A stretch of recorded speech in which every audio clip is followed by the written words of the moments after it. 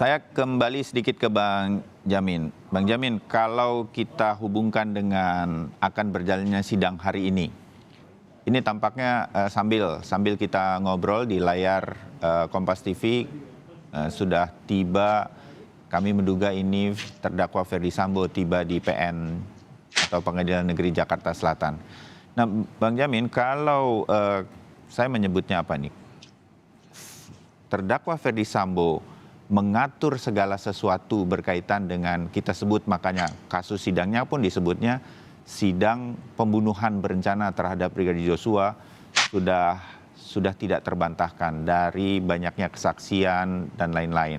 Ini berlanjut sampai pasca kejadian pembunuhan terhadap Joshua, banyak sekali anggota kepolisian yang kemudian juga mendapatkan perintah untuk menutupi sedemikian rupa atau menghalangi penyidikan terhadap pembunuhan Joshua. Ini satu rangkaian yang tidak bisa diputus begitu. Nah, Bang Jamin, sekarang saya sedikit berpindah ke Putri Chandrawati.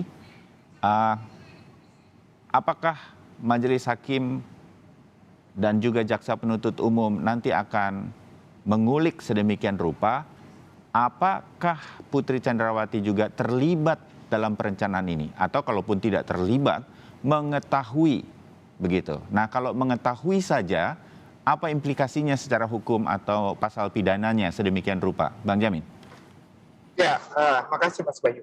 Jadi apa yang terkait dengan FS, Ya. justru kita sudah mengetahui dia sudah melakukan banyak hal ya, dan mengorbankan banyak hal, bahkan anak buahnya sendiri merasa kok kami dikorbankan ya, begitu, itu sudah dipercaya, minta maaf. Ya, Lalu dan lebih dari itu dia sudah mengakui sendiri ya, begitu kan Bang Jamin? Ya, dia sudah mengakui kalau dia sudah melibatkan anak buah dan dia minta maaf, mereka tidak bersalah menurut perhitungan dari FS. Berarti memang sudah nyata dan dalam persidangan sudah disampaikan kan itu.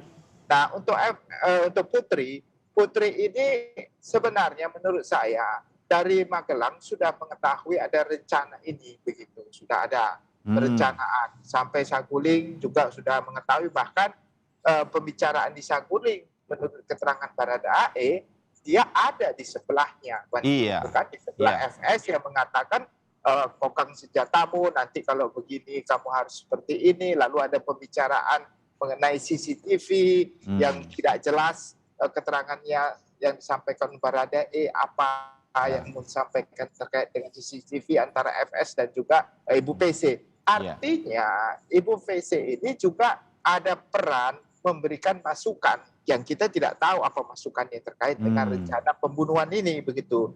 Bukan hanya sekedar mengetahui tetapi tidak berusaha untuk mencegah terjadinya suatu tindak pidana tersebut. Nah, kalau konsepnya pasal 340, 5556 itu artinya bukan kaitannya terkait dengan dia mengetahui tapi tidak melakukan, tetapi membantu terus serta melakukan.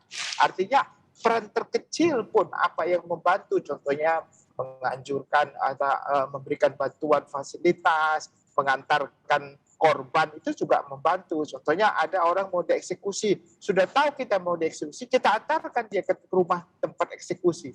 Nah, itu juga sebagai membantu melakukan tindak pidana. Begitu, artinya dia juga mempunyai kualitas sebagai orang yang melakukan atau turut melakukan suatu perbuatan pidana. Jadi bukan dalam rangka, oh kamu mengetahui suatu perbuatan pidana tidak melaporkan, itu pasalnya berbeda Mas Bayu.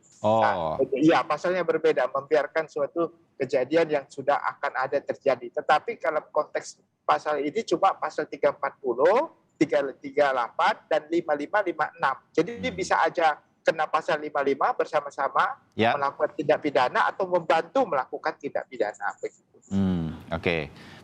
Bung Mansur, Anda melihat bahwa fakta-fakta juga sebenarnya cukup terang benderang, terutama dari kesaksian Baradae atau Eliezer yang berkata waktu diperintahkan ini itu oleh Ferdy Sambo menjelang ke TKP itu Ibu PC ada. Waktu mereka dibagikan uang, diganti handphonenya pasca kejadian, beberapa hari pasca kejadian, Ibu PC pun ada. Nah, semacam ini Sebutlah saya ingin tahu dari versi pihak keluarga begitu, diharapkan juga ikut terbongkar, terlihat, terkuak sedemikian rupa, walaupun seperti beberapa saksi yang lain terutama Ricky Rizal, Ibu PC termasuk salah satu yang konsisten tetap pada skenario, kita menyebutnya begitu, di dalam persidangan. Anda melihatnya seperti itu juga, tim pengacara, Bung Mansur? Ya, Mas Bayu, agak terputus-putus sinyalnya, mohon izin. Tentunya dalam hal ini semua terdakwa sebetulnya mengetahui, namun sangat sulit sekali untuk mereka berkata jujur.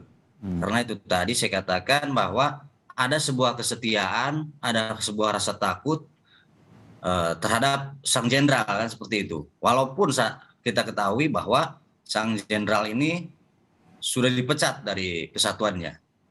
Namun kekuasaan beliau tidak bisa kita pungkiri sangat luar biasa. Lalu secara bersama-sama para oknum, saya bilang para oknum polisi ini adalah orang-orang yang mengetahui hukum, tahu tentang hukum, tahu tentang kode etik, namun tidak peduli tentang hukum itu sendiri dan tidak peduli tentang kode etik. Kita ketahui ada Willen and Wetten. Mereka